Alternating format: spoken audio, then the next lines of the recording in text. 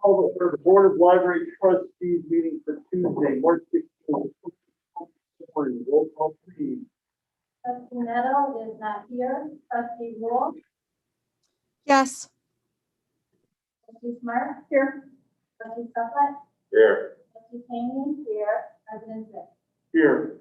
And just so everybody knows, we've got a new system here, whatever you want to call it. So anybody that speaks, please try to speak as loud as you can, because make sure that the people watching can also hear us too. And obviously with the mask, it's a little bit more muffled, but let's try your shot. Okay.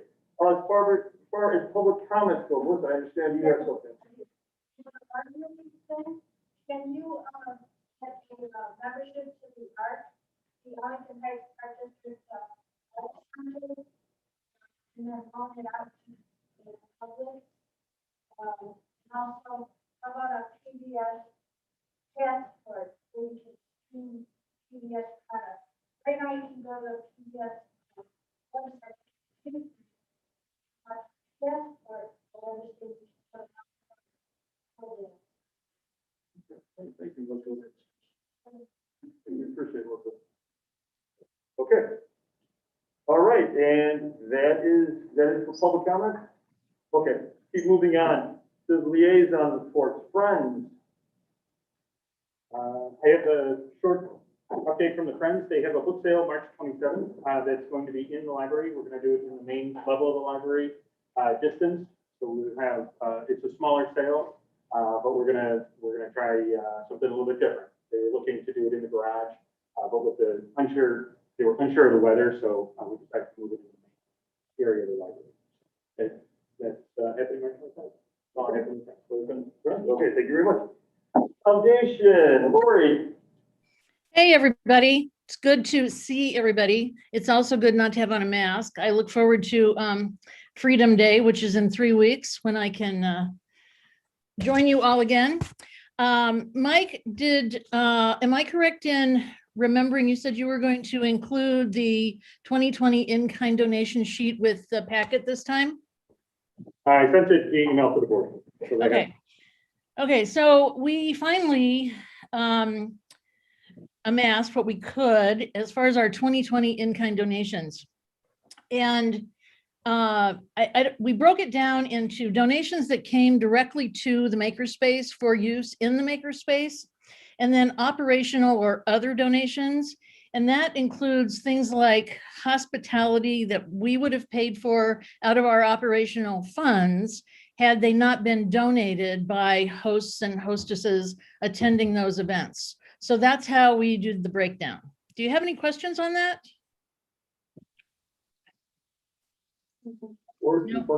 Nope, I don't see anybody. Okay. So going forward, we will, and I presented that at our board meeting last month. So going forward, we will keep track of all of the in-kind donations and report them out on an annual basis. It looks like we're doing December through November so that we can try to catch up faster and report out to our board and to you earlier in the year what our in-kind donations were. We're also discovering as we go through this process, I'll give you a perfect example. I reached out to Chris and asked about confirmation on the Dremel donation so that we could make sure that that was correct. And he also mentioned last month, sent me an email that we had received a discount of $1,280 on the purchase of filament. Well, that's a pretty sizable discount donation that we need to keep track of. So going forward, that will be included in the 2021 numbers. And then going forward, I have a tickler on my calendar, Chris has one on his calendar, that any of those kind of discounts can be recorded at the end of the year. So we're learning all of that as we go. Just some other things going on. we have reached out to Joanne Fabrics, Blix, and Michaels with a list that the library staff put together on items that they would like to see in use with the art in the art area. We seem to be getting some good reports. I'll get a report on Thursday from Sharpa Devani, who's been doing the outreach with the art, as she is an artist. So, but I think we have one that's going to come through for us. I'm not sure at what level, but we'll keep you posted on that. We're also working with some local grant foundations, some opportunities that are out there for local, as they know Arlington Heights and know the library. So the board is working through those. We had a report on, I think, 3 at our last board meeting. We'll do a 2. We'll have a follow-up on those 2 on Thursday, and then we have 3 on deck for this month. Working with Mary and the library staff on our LED screen that will be the lifetime of giving recognition for all of our donors, that we will update probably on a quarterly basis, but we're still working with the library and the staff to see how that's going to work. I had last couple of weeks, I have a weekly meeting with Mike, and we're looking at some kitchen furniture to purchase for the makerspace. And we're just waiting to move that forward. I don't see that that's going to be a problem. We're just trying to find the right look for the room, and I know that Mike's working with the architects on that. And then we are also discussing the possibility of a virtual fundraiser this fall. We're still in discussion on that, but we're in discussion on that since we haven't been able to have any of our fundraisers. I know Brian can feel our pain on that. So, but we're looking to move that forward. And I think that's all I've got. Do any of you have any questions? Thanks, Cal. Thanks, Lori. How can we join you in thanking those who have made these in-kind contributions and the other contributions? Is there a way in which systematically we're doing that? Let me think about that, John. I mean, we do know who these people are. We have published them in, I worked with Mary, and we have, their names have been in the newsletter. We are, because I work with my board and your staff to come up with a dollar amount, figuring out, how old it is, how used is it new, whatever. So we've tried to come up with some reasonable numbers. Those are our numbers just for recognition. Whatever the donor decides his numbers are, that's between him and the IRS. So if there is a listing or a way that you would like to formally write them a thank you, I think that would be lovely. Maybe, all of these people will certainly be invited and recognized when we finally do get into the makerspace. So that might be something that you and staff want to talk about too. But some of these donations have been just incredible and over the top. They have been incredible, and I think, Laura, you're right on that point, that once we do finally open up everything, I mean, there's gonna be a lot of people for us to thank, once that happens, and we'll be right by everybody. I think that's good. You're right, Joe, we gotta recognize everybody. And I think that's gonna be totally. Well, we can't wait to do it once a year. They do send thank you. Yeah, Oh, I know they do. I'm saying us. We need. So, what about if you do some kind of a story in the newsletter? I mean, that gets to a lot of people. And, Pat did one on the gardeners and their donation from the cake box. And maybe something, I know that you're thinking of Lou and his incredible contribution. I mean, that might be another way to do it. We'll talk about this further. Yeah. Thank you, though, Laura. Thanks, Laura. Yeah, thanks for everything. It's coming along, and obviously is, yes, we want to get this thing going, but also it's helping with the budget too. So thank you very much for everything we're doing. Yes, I always bring it back to the budget too. As we go along. Great, thank you. Anything else? That's all from the foundation. Okay, great. Thank you very much. Okay, let's keep moving on to the funds part. Action item 1, approval of the minutes of the regular board meeting of February 16th, 2021. I move approval of the minutes from the regular board meeting of February 16th, 2021. And I said, Trustees, any comments? Questions? Okay, all in favor, say aye. Aye. Opposed, nay. Okay, that passes. Let's move on to item 2, review of the financial report period ended February 28, 2021. I'll hand it over to Donna. Report. okay, let's start with the revenue. The revenue side, the library received real estate taxes in the amount of $1,569,213.56. We received copier revenue in the amount of $1,586.56. Late fees are included on here, and that's a $10 collection fee paid back by customers. So we received $50 in late fees. Lost or damaged item charges totaled $526.58. Interest in January was at $458.26. The Friends of the Library, they reimbursed us for expenses totaling $2,339.77. And that was for Dan and Raymond, and a button maker, and an embroidery software for the makerspace. That is it on the revenue side. As far as expenses go, 17% of the fiscal year has expired, and we've expensed 16% of our total operating budget. Contractual service expenses are typically higher at the beginning of the year with annual renewals paid, and the budget line is currently 25% expended. Commodity expenses also trend higher at the beginning of the year as we pay for annual electronic resources, and they're 19% right now. Good. All right.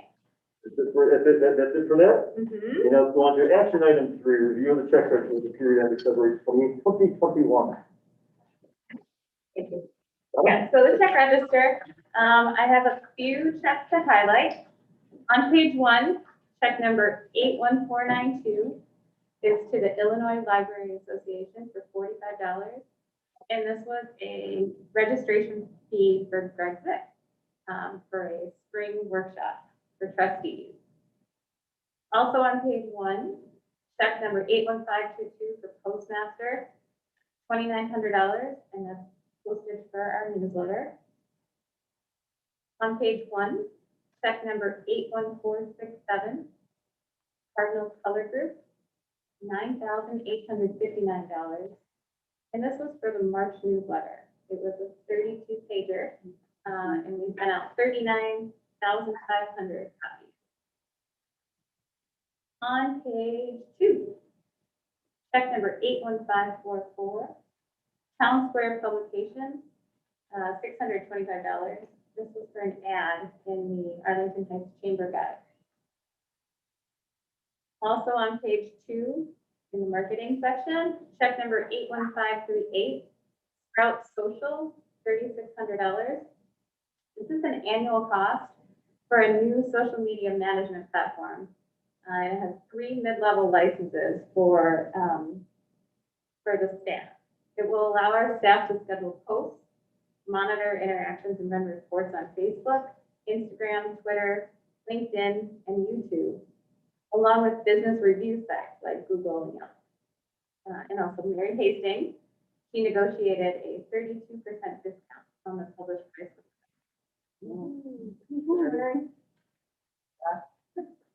On page 4, check number 81473. The amount of the check is $1,560 to complete temperature system.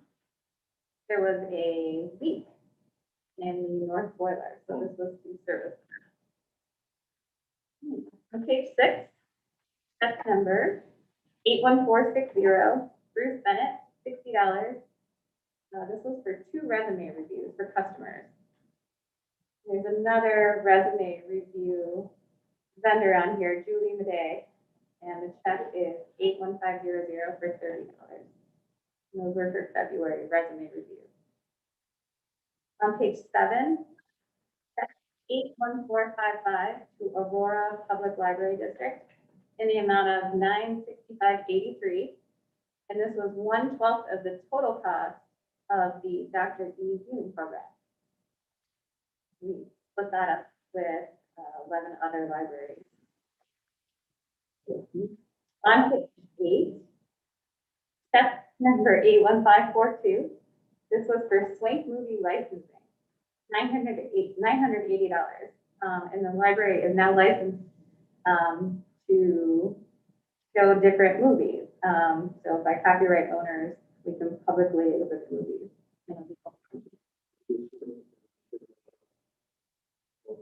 Annual.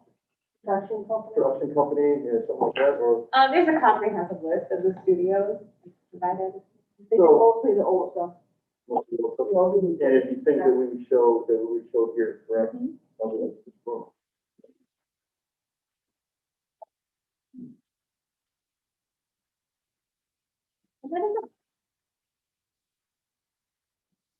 had a question. Right, I meant to ask you this, and this might be me being stupid, but back on page, the work. So there's IGS Energy for natural gas, and then there's Nitro gas. So are we getting our gas from two different companies? Is that right? I don't know if I've ever noticed that before. I believe that's a energy provider. It's still provided through Microsoft. Wholesale. Kind of, yeah. Wholesale, so we are getting it, okay. Okay, that's it. Any questions? Do you have a motion, please? I move that we approve the accounts payable check register for the Arlington Heights Memorial Library, February 28, 2021, in the amount of $933,000, $170.11. Second. Any more questions, comments? Roll call, please. Trustee Rule? Yes. Trustee Smith? Yes. Trustee Southwood? Aye. Trustee Stanley? Yes. Yes. All right, thank you very much. Let's move on to the executive director's report. Okay, I'll highlight a few things here in the director's report. On the first page, our COVID-19 vaccine resources page is helping the community. In February, the vaccine resource page garnered 2,163 page visits. This was created and maintained by Info Services librarian Barb Powers, and the page ranked 6th in popularity on our site. The average amount of time spent on the page was 4 minutes and 9 seconds. The page is updated frequently to include information focused on helping community members learn about how and where to get vaccinated, as well as more general information about the vaccine, testing, and crisis resources. On page 2, the English as a Second Language office was moved to the first floor late last year to increase visibility, draw in more customers, and make the office easier to find. We also wanted to bring the office closer to the collection. Well, in February, the new office opened to the public. In preparation for the relocation of the office, the ESL staff spent time packing, moving, and unpacking. Facilities, IT, collection services, administration, marketing, and communications, and circulation and community services staff helped prepare the new space for the move. So I just want to thank those staff for that move. So if you guys want to take a look at that office on your way out, it looks great. It's a great place. It turned out really good. Then on page 3, we are reintroducing the studio in little pieces. So our digital services has received various customer requests for studio usage, the bulk of which are for the digitization equipment. Our digital media specialist, Chris Smith, and digital services manager, Jack Bauer, identified an ideal space to move a significant portion of the studio's hardware and take advantage of the more open space ventilation system, but still provide seclusion and access. So on February 17th, the new setup was made available in a quiet space near the computer lab in the exterior building windows. So on the west end of the building, behind the studios. So that little aisle back there, Right. Is that what is that? Yeah, on that count. Oh, okay. Yep. And so Arlington Heights cardholders can book the area 1 week in advance, and sessions are for up to 2 hours a day and up to one party of 2 at a time. And in February, they saw 15 reservations. Well,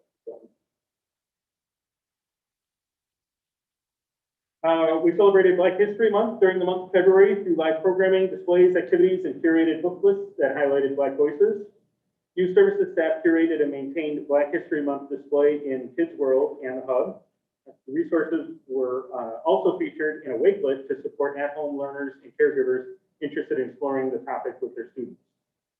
Kids World also offered a story walk throughout the department as well as outside of the library on Vale Avenue. Youth Services Advisor Justin Ashley selected the book Sing a Song, How Lift Every Voice and Sing, Inspire Generations by Kelly Starley. A complimentary activity kit was developed that contains supplies to make a string bracelet with beads matching the colors of the Pan-African flag. Each kit included an informational card describing the significance of the Pan-African flag and highlighting notable Black Americans, as well as a link to resources to support caregivers talking to children about racism. On page 5, we joined 29 other local libraries to collaborate with Racial Awareness in the North Shore and Together is Better Alliance to welcome 398 attendees across communities to a special Q&A with Frances Causey, an award-winning director of The Long Shadow.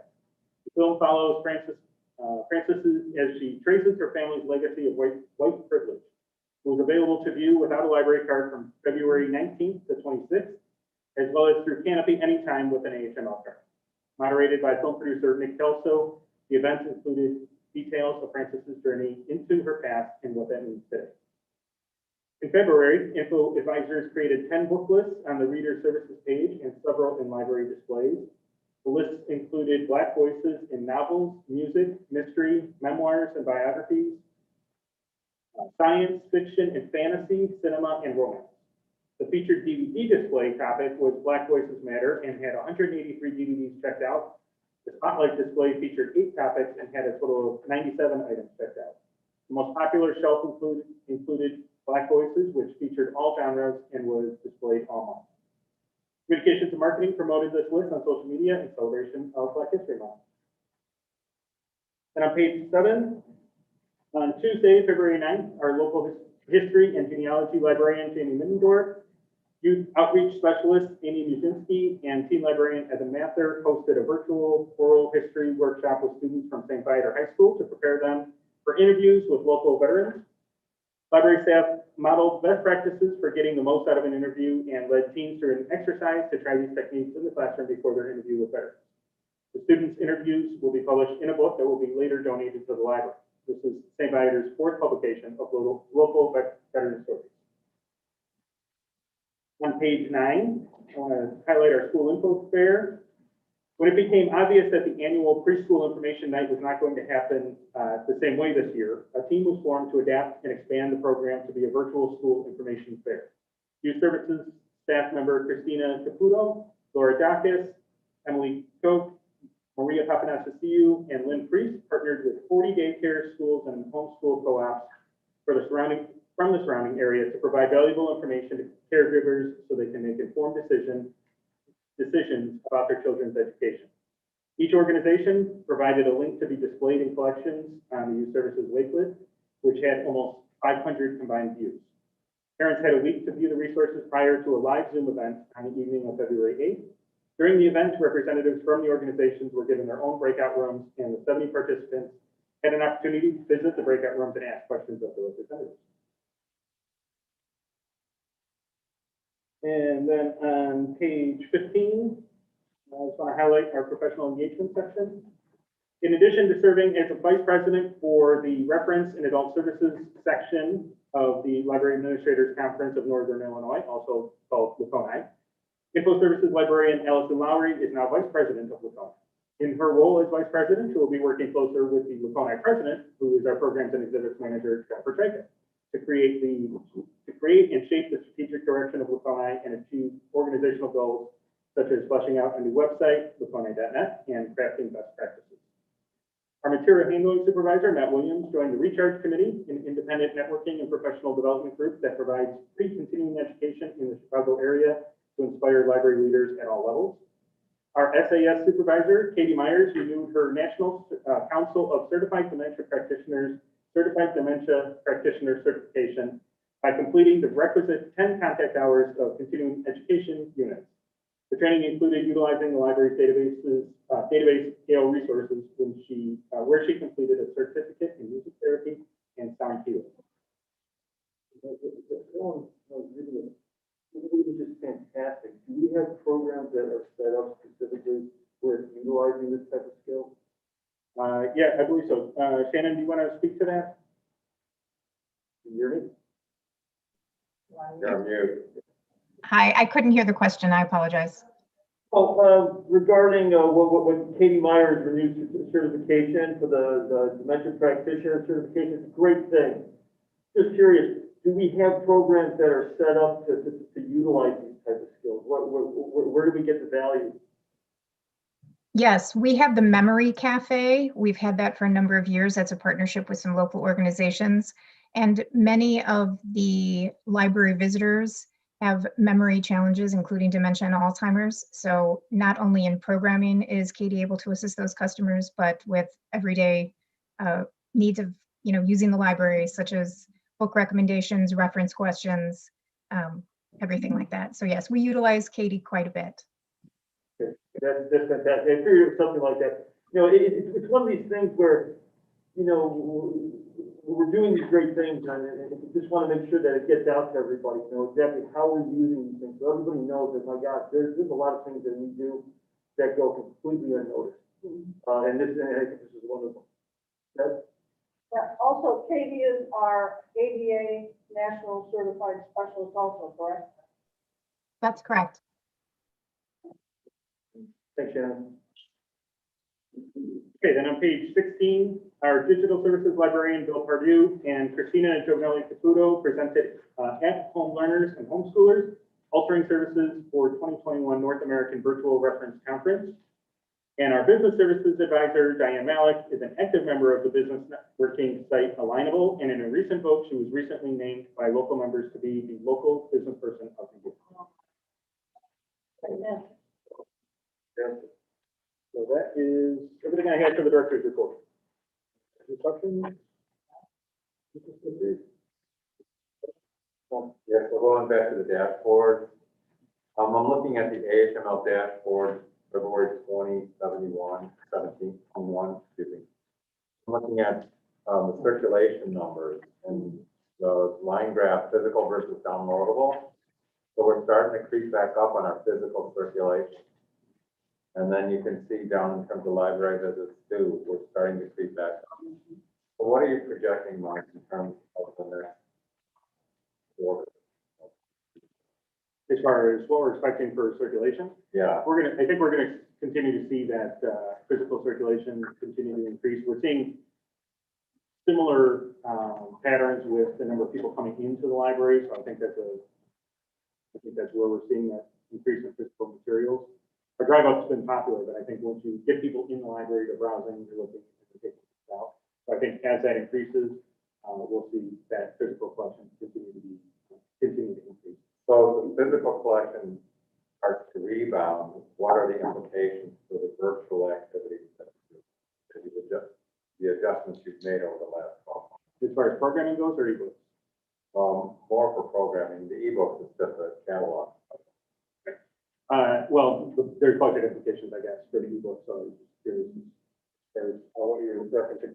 So the virtual, they're working on plans to begin introducing physical or in-person programming, but we will keep a portion of virtual programming as well. There was some talk about hybrid versus just having virtual programs and in-person programs, so we're still kind of struggling with that. But Shannon, I don't know if you want to speak to any of that. You maybe have more up-to-date information from Jennifer. Sorry, Mike, I didn't hear the question. It's hard to hear. Looking forward with programming, virtual versus in-person. I stated that, we're looking at moving to some in-person programming, but do you have any specifics that you want to talk about? Sure, I know that one of the programs that has benefited from being virtual was surprisingly Art with Elaine. It has proved to be incredibly popular for the customers who couldn't come into the library, and that could be because the audience was older or because more people could participate with how it was structured when it went virtual. So that's a program that might be hybrid going forward, but some of the other programs like storytelling, I know our littlest customers are looking forward to returning to the library as soon as they can. And adult programming, I know we have a lot of adults who are looking to come back, especially for our larger programming like Dan and Raymond movie nights. So oh, sorry, good. Oh, go ahead. No, I was gonna say, I think, John, what you're kind of getting to is is, and this is for the public knowledge, is things are going to change once we start opening up, when we're able to start doing this type of thing. Where are we gonna go? What's the schedule going to be? Are we going to back off on some of the virtual things that we're doing? Or do those keep going? And like Shannon, like you just said, do a lot of these things become hybrid? You know, that might be the best thing. You have something? Yeah, I do, I have a couple of questions. Senior center, do we have any indications at all when the senior center is gonna be reopening really? To any kind of volume? I know they're being very, very careful over there. Shannon? Yes. Hey, Shannon? Can you hear me? Yes, I can hear you. Do we have any indications of when the senior center is gonna really start to open up again? Or I know they're being extremely cautious. Have we heard anything about the senior center? Well, a lot of the services at the senior center have resumed with the restrictions on capacity. I know that the Park District will be dependent on what they're going to allow for capacity, but a lot of the other services are open, such as the lending closet and obviously us. But also they have that quite large project coming with what's going to be the future of the senior center. So stay tuned on how that would affect what's open and what's happening over there. Chrissy? Just a follow-up. Has there been any, You gotta shout, yeah. has there been any After talking speaker. about, surveying the last attendees for the last 2 or 3 months to see if they'd be more interested in hybrid or virtual or whatever? Yeah, we're getting feedback from our customers that are using, or attending the programs. And again, you know, they're looking at this and they know by the numbers, what are the ones that really translate well to virtual versus what translates to in person, like story time versus art going. So it's going to be, I really think what we're going to end up is we're going to have some virtual programs that are just going to stay virtual. And we probably will have some in-person representation of those programs as well. But I think doing a hybrid thing where you have an in-person program that you're also streaming is kind of difficult, kind of like the challenges we've seen here with trying to have a virtual audience and a physical audience. So, but we are going to maintain the ones that are popular in virtual. I did one this past week and 2 back in February. I don't remember getting the survey, but I'll have to pay attention, go back and make sure I got a survey to that effect, because I think that's really important. Some of the surveying they're doing now, or will be doing shortly, is right on the Zoom platform for the Zoom ones. Okay, I So, didn't get that, but this is a local person too, with the vegetable garden this Sunday, and it was very well attended. So, Anything else? All right, excellent, thank you much as always. So it's great to hear the awesome things that we're doing here. To get it out to everybody too. Okay, we're gonna go on to old business, makerspace project update, item 4. okay, so we want to bring you another update on the makerspace. I've listed a few of the things, kind of where we're at with the general project. We are about almost complete with demolition over there. We're starting the roof replacement on the 18th. The HVAC contractor will be working on the HVAC work at the same time. We're working with Andy and his team on finalizing the furniture options. So we've kind of been going back and forth on a few different pieces, but they've been great to work with and been very patient and flexible with us. And then, yeah, just it's moving along really well. I'm going to turn it over to Andy and let him talk specifically about areas of the project. Sure, thank you, everybody. It's good to see everybody this evening. I'm honestly not sure if I can say that much more than Mike provided in his report. That was very thorough, but things are exciting over there. I think with the demolition that's happening, and you can really start to see the exposed wood structure. They're starting on some of the duct work, and it's not the right color yet because it hasn't been painted, but you're really starting to get a nice idea of how that space is going to feel. So it's really exciting at this point. So hopefully at some point over the next month or two, we'll be able to share some more information and maybe even see if we can arrange a tour for you. But a lots of things happening. As Director Driscoll said, we're also in the process of working on furniture, looking at a few options for different things. As you heard also, working through specifics of the kitchen furniture with the foundation and determining a final budget there. We always want to be cautious when we're talking about budget, of course, but the good news with our furniture budgeting, since we are buying less furniture, it does appear to be tracking under our budget that we had right now, which is good news. So we will be looking forward to wrapping up furniture selection in the next month, helping the library get that ordered. And we continue to be on site bi-weekly for the construction to support Mike's staff and support the construction process overall. So all good things, it's moving forward. It's been a long time coming and we're excited. We hope you are too, and happy to answer any questions you have. How long do you think the roof is gonna take? The answer is it depends, but I would expect that roof to take about 2 weeks. It's not a large area, which is both a good and a bad thing. The roofing tends to accelerate when you have larger, wide open areas where they can be really productive, but it is a single ply membrane roof that has very few seams because it's a relatively small area. So I expect it to go pretty quickly, assuming they have decent weather. What are we doing as far as the time frame goes? Are we on track right now? I think things are on track. When you open up a building, you always find a couple things you didn't expect, and that's part of the process. We've been dealing with that. And there's nothing I know of that has thrown a gigantic wrench into progress or delayed schedule at this point. Floors and ceilings, where are we with respect to the types of floors and ceilings that we can use relative to the budget and I guess our special request, if you will?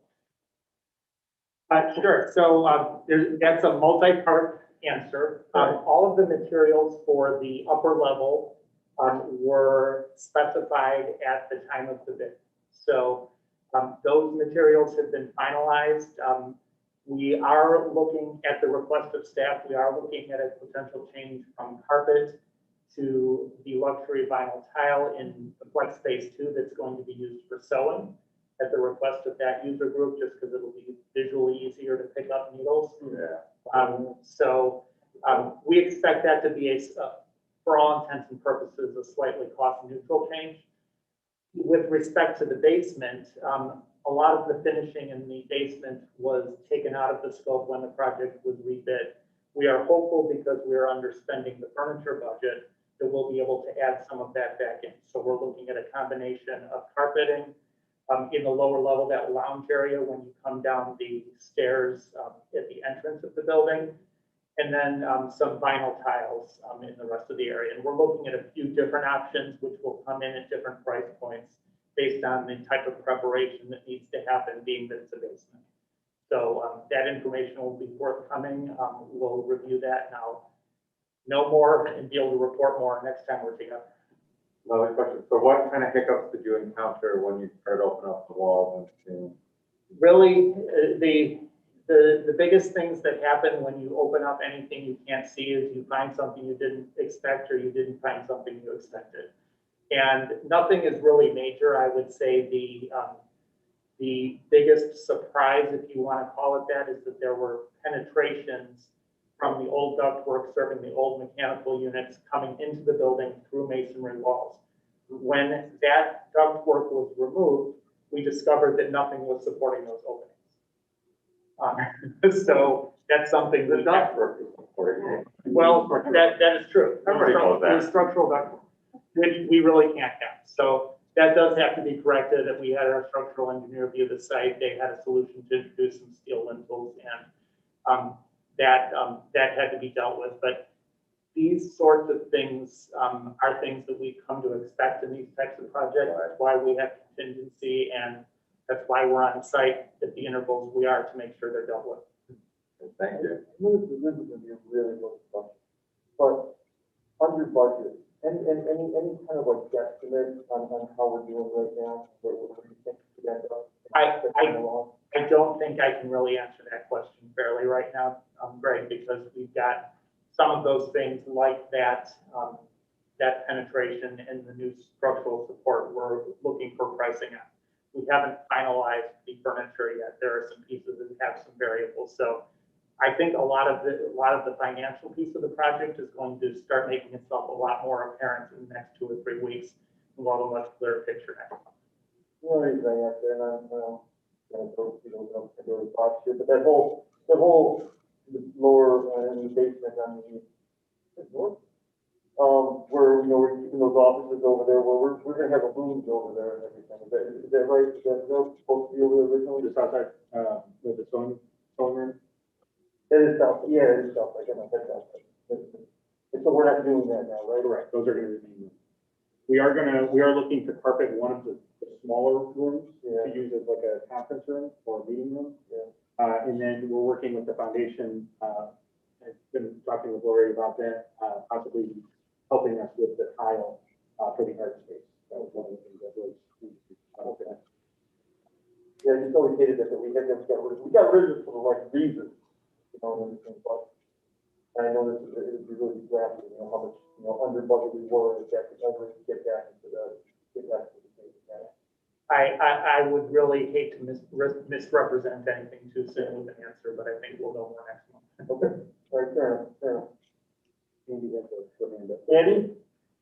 You have a question? Yes.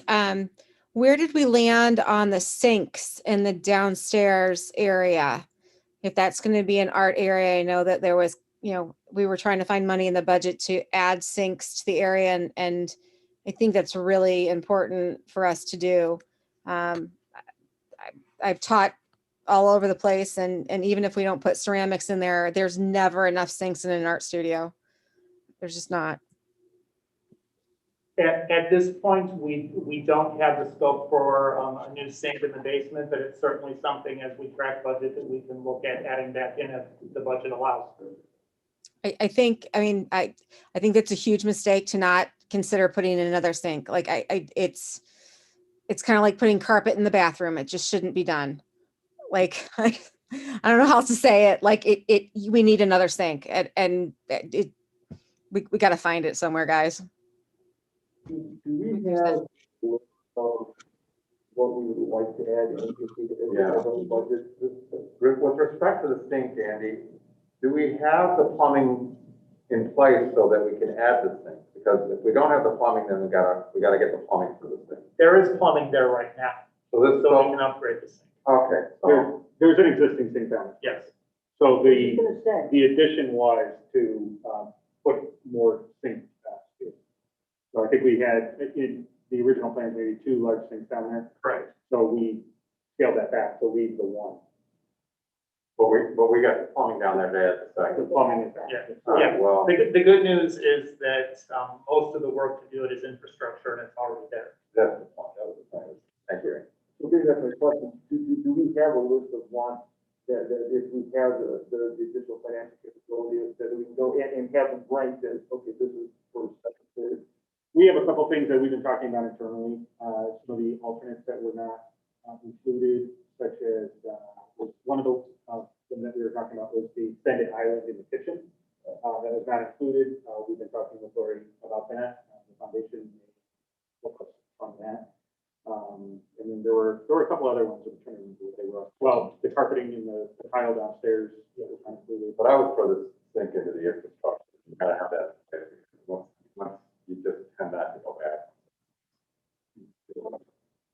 Is that a steel thing? I believe it's stainless steel. The sink down there right now is a stainless steel sink. Can you send me the dimensions? I get things all the time. Okay. It'll be stinking thing. I got some stinky things, like send me whatever the dimensions are. All right, Andy. She does, yeah. Okay. Lori, do you want to ask a question?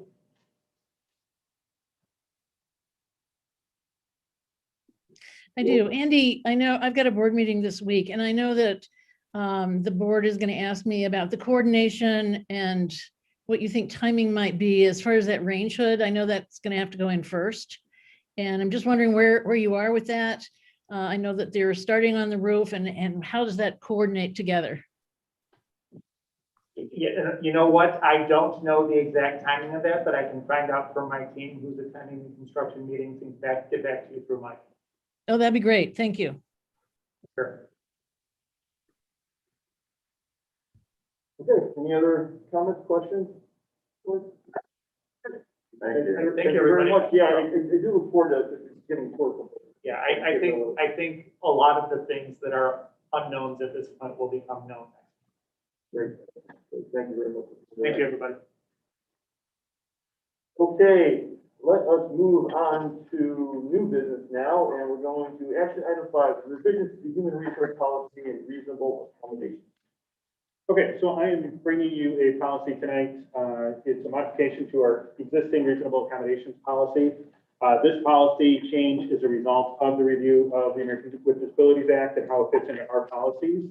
At the January board meeting, I brought some changes to our public-facing policy.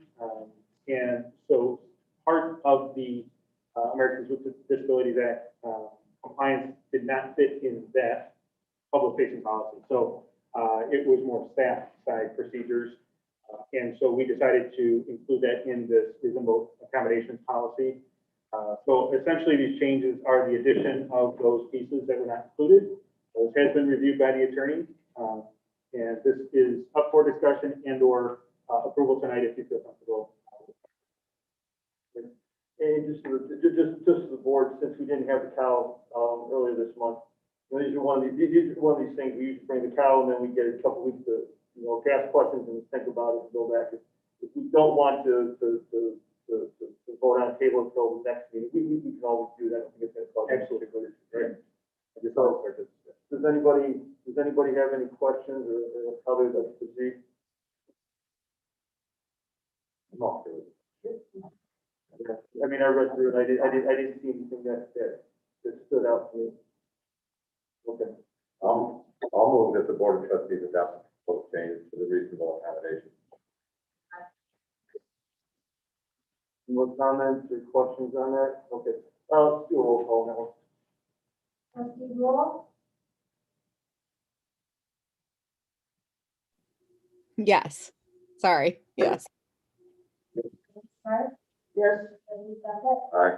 Trustee St. Yes. President Smith? Yes. Well, thank you very much. All right, let's move on to item 6, data and statistics reporting. Favorite. Yep. Yeah. Can hardly wait. Yep. It's been 3.5 years. And I know it's gonna be awesome.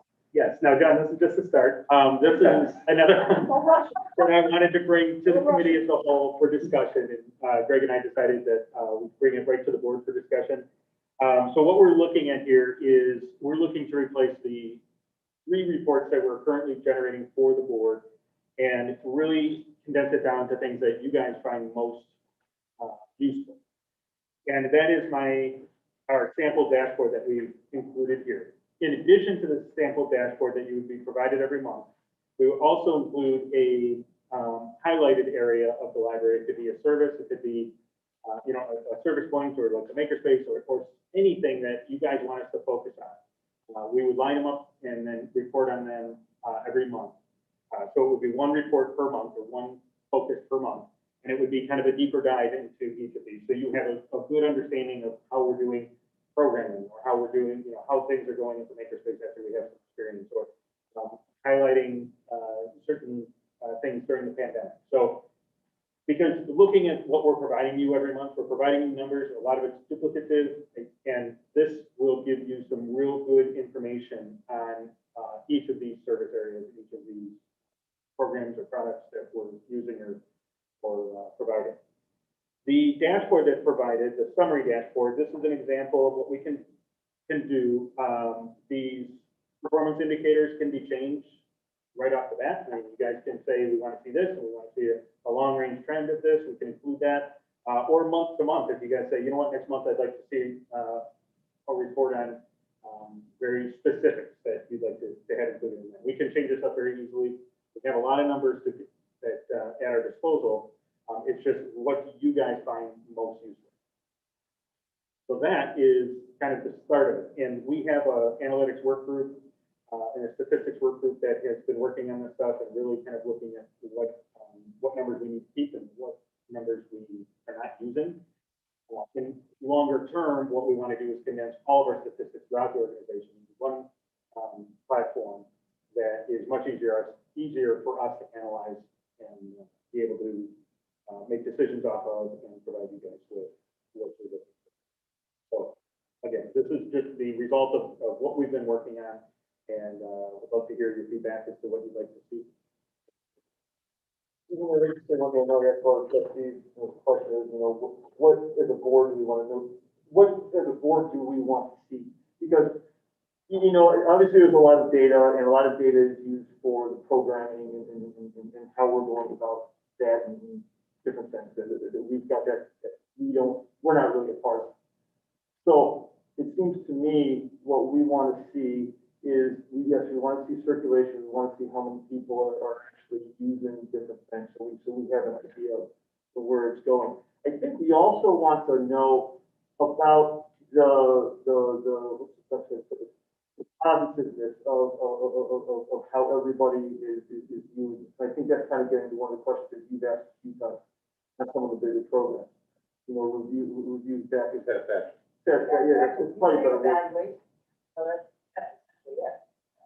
Yeah, so just so we know, and then what are we going to do with that information? If we come back, if it's good information, that's usually yay, great, applaud us, and we're doing very well. Thank you to the staff and everything. If it's not good information that we're coming back, then what are we doing with that information? Obviously, it's us talking with Mike and saying, hey, we got to get that better. What's the plan? Right? But I think it's bringing us focus on what's going on.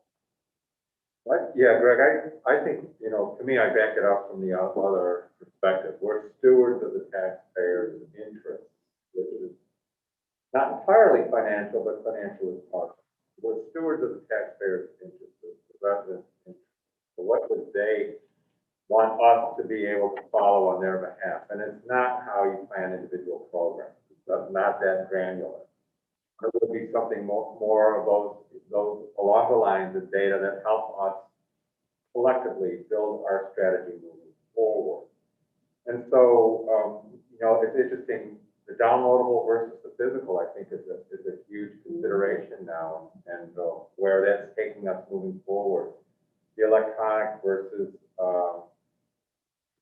and the programmatic versus collection is really where we've been moving. You've led us that direction, and we continue to be.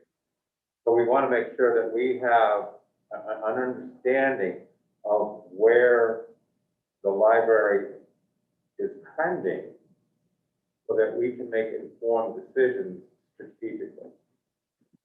And I think that you asked an important question of what do you do with good news and bad news? And you don't do anything with them, really. Because on a short term, unless it's a crisis situation, it's a management decision. But trends over time become part of our strategic process, which we should be doing I would say every 3 years. So, we would be coming up on an update of our last strategic plan, and the community forum thing, the whole show of that. And using this trend data to help inform us and the community to make the decisions with respect to where our resources will be applied the next 3 years, the next strategic program. So that means we need to know opportunities that are out there. We need to know the shifts in customer use. We need to know what's most cost effective in meeting the needs of our clients. We can't forget or dismiss those that have special needs or aren't necessarily the majority of what it is that people are looking for. So we have to continue programming for ESL and any other special needs programming that we do, provided that it's used and the users appreciate it, that it's satisfactory. And I think, like you pointed out, we've got data on all of this that we can shape and design, except for user satisfaction. So I know that if somebody was to ask me, well, how do you know that this program went well? Well, Bob said so, and Mike said, trust me. And that's just not gonna fly. Especially when we really are in a position now where this should be habit in terms of asking our users and consumers to evaluate, you know, the programs and services that we bring. And then where will that take us going forward? But for us, it's strategic as stewards, not as operational managers. Okay, I think of two things. One, I always look for data and results that validate or don't validate, and validate's maybe not the right word, but that provide us where we are regarding our objectives for a particular year. And so one of the things in particular that I saw this lacking that I would like to see is we just spent a sizable amount of money and made a major commitment to move the ELL office down to the first floor. Right. How are we through this that we got here, which I can't find anything on today, going to be able to validate or report back or determine the effectiveness of that move? And I think there's other things like, you know, EDI and a couple other things that we've all talked about that we have in our priorities for this year. So I think it would be important for staff to, I mean, this is really an opportunity for you guys to be creative and think about what are those things that are most important to us, our community, and our board. And so I think the things that we have in the strategic plan and are definitely our priorities that we went through with you this year in regards to your review need to really be able to be nailed down. But I'm going to tell you one thing is I'm not sure that I'm comfortable, maybe right now we are, but when we get closer to the makerspace opening, what are going to be those measurables for a makerspace? Not just makerspace visits. I mean, I think we need to know, we're putting a ton of money into a commercial kitchen. Was that the right move? We got rid of some other things that we maybe should have. Was that the right move? So I think part of these statistics are going to be living and breathing to some extent. I'm going to tell you, we're going to need some kind of data to help you all and staff and us and community to validate the decisions we're making in this room are either good or not so good. And the first one that came to mind tonight, because it was highlighted in your report, was did we make the right move, moving ESL down to, and how are we going to measure that? And I don't even know what the answer is to that. Well, we actually have included metrics for that purpose. We have. discussed those in the past. We have, but that's something that really needs to be measured now. Like, what are they down there doing? Well, I think typically when you do things like that, let's just talk about ESL, doing something like that, is, one thing that should typically be in mind is, before you make a move like that, how are we going to determine whether this was the right thing? Setting a KPI, I guess, is what I'm saying. I don't know if we do that and everything, but it would be good, you know, if we knew what success looked like in this, you know, do we have, sorry, we'll go back to the next, sorry. Do we have 20% more engagement, you know, using it over something, having it up here on the second floor? I think that's kind of where you're getting at, so we know what success looks like. And I think the other issue too is, we went through a long history with ESL. And there was a time when there was almost discussion of blowing it up to some extent, right? Or downsizing it substantially, remaking it and redoing it, and we've done a lot of work on that in the last few years. I know you guys have put your heart and soul into it.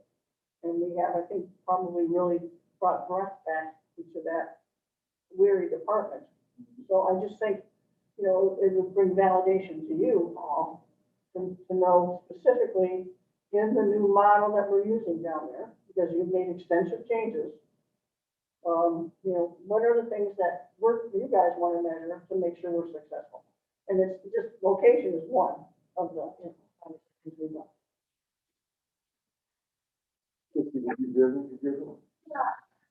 So I want to back to this program as ended. I really want to, I would like to see these trends off with the virtual program because I think down the road, after we ever really get out of it, there may be this virtual fatigue. If people don't want to see that anymore, but if you know it, so you see this long-term relationship. I do like the idea, Mike, though, that you also want to propose doing kind of a focus moment. I think that's excellent, because especially if you get new board members, it's wonderful to understand the new services and the new capabilities. And even I don't know everything, all the possibilities, right? I think it's really informative, because we also can inform others, you know, as trustees, and I think the more we know, the better off we can be advocates for the library. I just want to respond to both of you, Debbie and Chrissy's comments. The ESL office, I think, is a great example of something that would be included in this report. You know, this report that I have as an example here, this is the text that we did during the closure. So this is kind of a deep dive into that tech stop, you know, where it originated, how it came to be, and a lot more information than what you guys would normally see. With the ESL office, there's a lot that went into that. Not only did we move it to the first floor, but we changed our circulation department to be the Circulation and Community Services Department. We moved ESL into that. That's with Bookmobile and our community outreach. So that is all, you know, kind of packaged in that one thing. So moving it to the first floor, like you said, it's one thing. And that is not going to be communicated in a number that you're going to see or a line graph. What it's going to be, how it's going to be communicated is in, you know, a deeper dive that. So, you know, we started the ESL office February this year, so we're going to put it on schedule for February next year to give you guys a recap of everything that happened over that last year, how we hit our numbers or how we didn't hit our numbers, whatever, you know, we need to convey to you guys. You have the full story of that move and the results. You know, you say, I mean, it's numbers of DSL. I mean, there's a number of people who are using the office. We know what it was last February. We know what it's going to be, you know, this February. And obviously, we're not going to be able to compare March to March and all that kind of stuff. I mean, there are numbers for things like that. There is, yeah. I'm just saying that those KPIs are not going to tell the full story because especially with that. Which is fine. Right. Or put it in a report so that we get the content. Exactly. So it gives you the full picture, especially with that office, because that office really changes lives, you know? So, and, you know, you're going to see a number here and you're going to see it tick up. But really what's going on behind the scenes and what's not communicated there is really important. I think one of the important things too, that, because I know what you've been doing in that, you talked about this, is years ago, there was a much more a laissez-faire attitude in ESL. People would come and they would never leave. There were not measurables for the clientele that came in there necessarily as much as I believe you have today. So we actually have people more on a path to efficiencies, and we're rating them, their efficiencies on an ongoing basis. But I think one of the things that you brought up that really, even if we did it the next calendar, something I think needs to be discussed quickly with the board, because you and I have discussed it, and it's coming up as potentially a topic at the election, is the fact that many people in this town don't realize that while we've gotten rid of the community outreach person, many of those functions, because you did a great job redesigning and now reworking that position, which is now up for hiring, I guess, don't understand that it's not like nothing's been done. And one of the greatest examples of that is our ESL office. I mean, if you sat down and understood the things that you guys have done here in the restructuring and the outreach that has been done by individual departments to really target their audiences, which was a downside of the community outreach job that really wasn't happening, it would blow people's socks off, to be quite honest with you. So I think that story has to kind of start being told here, because you have put a lot of work into that, and a lot of the trustees are. No point. So, with respect to the makerspace in the Belmont building, I think what you ought to do is plan on behalf of all of us, those metrics that you will use in the first year so that we can begin to track success or failure and adjust accordingly immediately. But that is something that can be done upfront before the door is open. And we can have that conversation so that there's a shared understanding. And then another thing is social media engagement. I think, again, we're talking about virtual presentation fatigue, but there's also social media fatigue, and that world changes very quickly. And so this is also an investment, a substantial investment of money in the various media that we use. So, you know, again, these are important data. I don't know that I fully understand what they mean, but it's great to see them tracked and considered for those that do. And again, I would continue to emphasize this moving forward. So what you're seeing there is an example of how one department looks at the numbers, you know, and Right. reports on that. Just about every department has those metrics that they're looking at and making decisions off of, whether, you know, programs or collections. I mean, our collection is based on a lot on numbers and how items are being used and stuff like that. So that is existing in place. Our objective now is to get that into one central place where it's much more usable and readable by more people than just within it. Just to add on. Right, thank you. One thing that concerns me, is maybe I'm missing it, maybe you presented that data. Are we reaching enough of our community that they are so aware of all the great things we're already doing? Now, I'm wondering if you had some idea of the demographics of people that are attending the program, so that we know that maybe we're missing this thing to the community. And how can we reach out to them in some other way than what we're currently doing? Maybe they don't use social media. Maybe they need the daily hurdle. I have no idea.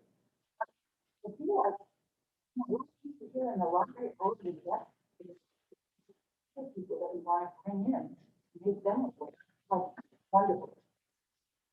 I just want to, we have a phenomenal communications and marketing team. I know. We do, you know, we do a lot of social media campaigns and pushes. But we also, you know, have the newsletter, which is loved by many people, and that goes to every house in Arlington Heights. So that is, you know, a wealth of information to tell our story to the community. I think we use it pretty effectively. And we have the largest collection of emails that we can find. You're probably right. Contact. People do forget to contact. And great open rates. I think part of what we're talking to and vetting marketing professionals here is, you know, what's an ROI on what we've done, you know? And I think that's kind of where we're getting to. I think what happens with that is usage. It's how many people are using the program, how many people are walking through these doors, how many people are checking out books, downloadables, you know, all the different services and everything. As long as we start to get steady decline in where it's going, or the numbers are where we expect them to be or want them to be. I mean, that's when we know. That's when we know. Yeah. Right.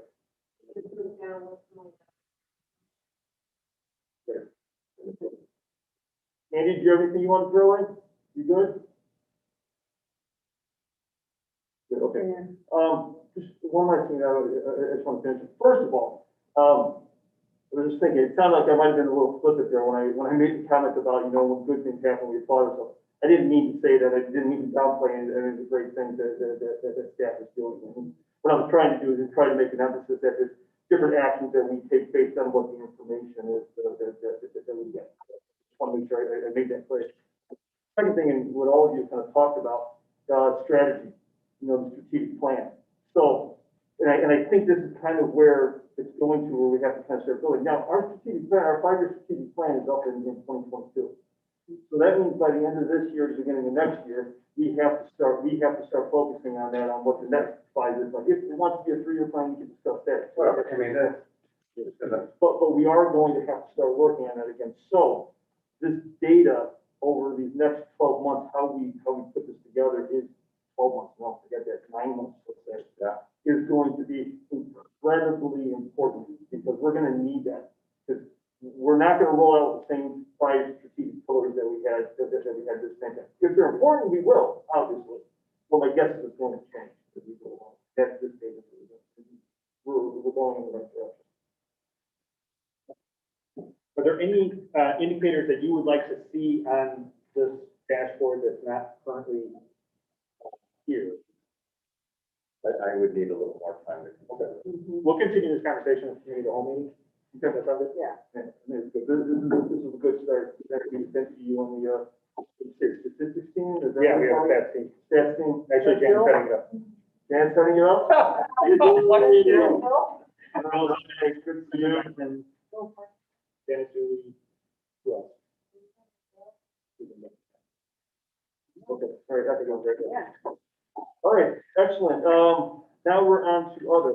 Something I wanted to ask, board and most of the staff is kind of what it is. Now, Deb, you had told us about you had informed the board about the passing of a down horse and give us some souls to the families. So he did a lot of great work and volunteer work for this. We have had many important individuals that have done a lot of good work, with this organization. Whether they've been on staff or whether they've done volunteer work over the years. Should we consider maybe some type of memorial or something where the name could be included in it, or something to kind of remember these people and thank them for all the hard work that they put in and the time they put in? Yeah, I think. Yep. I kind of had an idea. If there's, we've done a lot around the library in the last couple of years, thanks to Janet's family. We've done, this butterfly garden. Yeah. I mean, we planted a couple trees here or there. But I think it's time really, if you look on the outside of the building, I mean, we could probably use, and I'm not saying this year, but we could probably use some work out there. I mean, those evergreens look tired. You like it when I go with this? We can come up with maybe some kind of, memory garden where we can have some rocks or a path or, I'm leaving enough money for one of those couple book benches. I already just redid my will this week. I want you all to know. So those page benches, Page of mine. I'm gonna have 2 for you in my will. I want you all to know. But that kind of stuff. I mean, if there's something that would be living and breathing, that just doesn't get dusty on a wall, I think those days are over. But I mean, I love like that butterfly garden thing we have going on out there. I'm sure Janet's husband is very creative in this area, I know. If we could maybe look at doing something outside, maybe starting, it doesn't mean we can't do something for him. But maybe in next year's budget, come up with something where we can redo the outside and make it more of a, we don't have a playground. We're not lucky like Indian Trails that has a park next door. But we certainly have some fairly large spaces out there that we could do something pretty cool with, I think. So maybe we could do something out there with, people who passed away and we want to honor. That's an idea, and that it's not gonna be that expensive, I don't think, and I think it could be, an ongoing process, and I think the families would probably like to be able to go outside and see a little something for their loved ones. That's an idea I And have. your neighbor. From the neighbor. Yeah. But I think that would be kind of cool, because outside, because, I mean, I walked around, I drove around tonight on my bike, because I needed to ride a little more.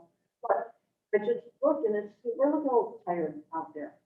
I mean, it's been out that way for a long time. I know we have the one tree for Paula that we've replaced, I think, 3 times now. We got the little kids out there flying away, Peter Pan kids. I love it. But I mean, I just think outside would be kind of nice and different, and we haven't done anything out there for a long, long time, my friends. We did add a bench last year, Right. in memory of someone. Yeah. and we put a pad, so maybe we could do a memory garden in that area. Yeah, something, I just think it would be kind of cool. So, okay, the rest of us are all right, concept, just leave it like the staff's hands, kind of like. Reach out to the garden. So- The garden guy would, he would be fantastic, another community moment, too. Yeah, it would be. But I think it would be something nice out there, maybe not expensive for us. Yeah, maybe we could work with the Friends of Foundation. Yeah. Yeah. In the garden club. All right, great, good idea, Deb. Okay. Any other? Are we good? Okay. Do we have a motion? Oh, I got one of them. Just reminding you, John, it's time to vote for the American Library Association. Oh, it All is, this indeed. portal in your email, Yes, I did. inbox. Thank you. So let's Thank you make for sure that we reminder. vote for the American Library Association candidates. Did we look for any names in particular? No, because we want to elect some people so I can finally quit. Because I'm tired of being on the American Library Association committees, okay? I'm very tired. Well, for 2.5 hours on Tuesday, I'm, okay? We just need to vote. You got your questions. Hey, Walter. I'll stay front of it. Okay, Be careful. very good. All right. Good? Motion to adjourn. Second. Second. Okay, all in favor, say aye. Aye. Opposed, nay, we are done. Thank you.